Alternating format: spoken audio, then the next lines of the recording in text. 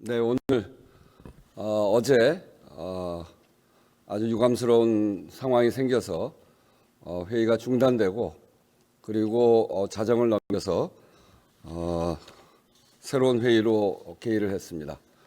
우리 한동훈 장관께서 이것과 관련해서 사과를 요청을 했는데 그것에 대해서 말씀해 주시기 바랍니다.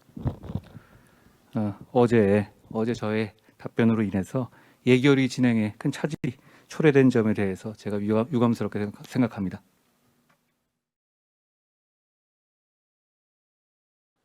국민의힘 조수진 의원입니다. 국회에서 새로운 하루를 시작했습니다. 존경하는 우원식 예결위원장께서는 오늘 새벽 개의를 선언하면서 국회의원 국민을 대신해서 발언해야 한다 이렇게 말씀하셨습니다. 깊이 경청했습니다. 국무위원은 국민의 대표인 국회의원을 존중해야 합니다만 국회의원이 존중을 받기 위해서는 반드시 사실에 입각해서 질의하고 주장해야 된다. 이 점을 다시 한번 새깁니다. 법무부 장관께 질의하겠습니다. 장관님, 지난해 우리나라 마약사범 3명 중에 1명이 10대나 20대인 것으로 나타났습니다. 알고 계십니까? 폭발적인 선거 추세인 거 맞습니다. 네, 마약 유행 국가가 됐죠. 그래서 심각한 것이죠. 우려스러운 상황입니다. 네, 10대와 20대 마약 사범은 지난 5년간 약 2.5배가 증가했습니다. 이거 대단히 심각한 것이죠. 막아야 된다고 생각합니다. 네, 오늘 법사위에서도 말씀하셨지만 어떻게 보면 마약 사는 게 피자 한 판 시키는 거나 다를 바가 없는 거 아니겠습니까? 이 정도면? 가격이 많이 싸졌고요. 네. 그런 면이 영향이 있는 것 같습니다. 네, 만 닷새 전인 지난 2일이죠.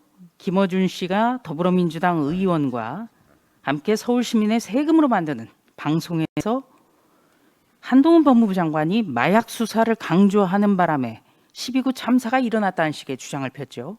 그렇습니다. 그렇죠? 네. 참사 앞에서 이런 황당한 음모론을 그것도 서울시민의 세금을 들여서 하는 방송에서 국회의원이 퍼뜨렸다는 것에 대해서 저는 굉장히 놀랐습니다. 그리고 이것을 오늘 법사위에서도 고스란히 받아서 오늘 공세가 이루어졌죠. 음모를 음모라고 부르지 못하는 것. 이게 무슨 홍길동도 아니고 홍길동은 아버지를 아버지라 부르지 못해서 문제가 됐지만은 21세기 대한민국에서 장관이 음모를 음모라고 부르지 못한다고 해서 되겠습니까? 바로 이런 거를 지적한 거죠.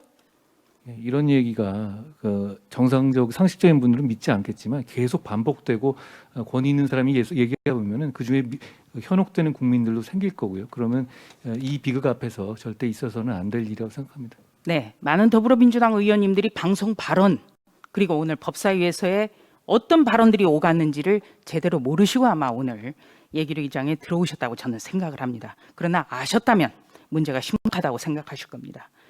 또 해당 더불어민주당 의원은 해당 방송에서 마약 수사를 강화하겠다는 것을 오히려 공안 통치 분위기 조성이라고까지 주장을 했습니다. 10대와 20대를 중심으로 이렇게 마약 사범이 늘고 있고 심각한 상황인데요.